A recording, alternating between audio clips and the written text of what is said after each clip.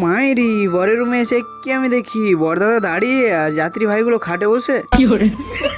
তো hello guys, মাসি আমাদের সকাল সকাল ঘুম থেকে উঠিয়ে লাথ মেরে পাঠিয়ে দিল কালিয়ে চোখ গোলাপ নিয়ে আসতে, কারণ দাদার বিয়ে বলে কথা, গাড়ি তো একটু সাজাতে হবে। আরে কি হলো আমাদের সঙ্গে, গাড়িতে একটুও তেল নেই স্যার, এমনিতে পকেটে একটা টাকা নেই, আর এইদিকে গাড়িও খাওয়ার জন্য রেডি হয়ে বসে আছে। তারপর গাইস আমরা ফুলফাল নিয়ে চলে আসলাম বাড়ি সাজাতে, না সরি বাড়ি আসলাম গাড়ি সাজাতে। আরে এইদিকে আবার দাদা ভোর থেকে সেজে বসে আছে ভাবিকে নিয়ে আসতে যাওয়ার জন্য।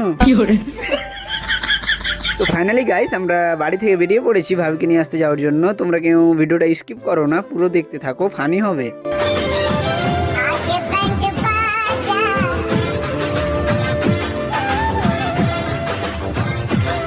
তো ফাইনালি গাইস আমরা ভাবিদের বাড়ি পৌঁছে গিয়েছি। ও মাইরি ভাবিদের বাড়ি এসে কি হলো আমাদের সঙ্গে, সবাই রাস্তা ঘিরে বসে আছে। এ রে আবার এইদিকে এসে দেখি গেট ঘিরেও বসে আছে।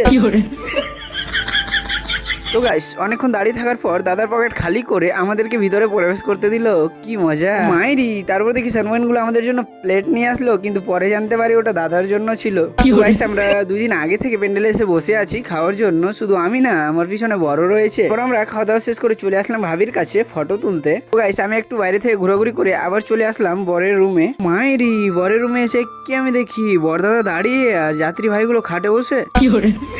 তারপর আমি সব ভাইদের পেছনে লাথি মেরে বরদাদাকে খাটে বসিয়ে দিলাম। তো গাইস সকালে খাওয়ার সময় 2 দিন আগে থেকে প্যান্ডেলে চলে গিয়েছিলাম, তাই এখন দেখি খাওয়ার রুমে নিয়ে চলে এসেছে।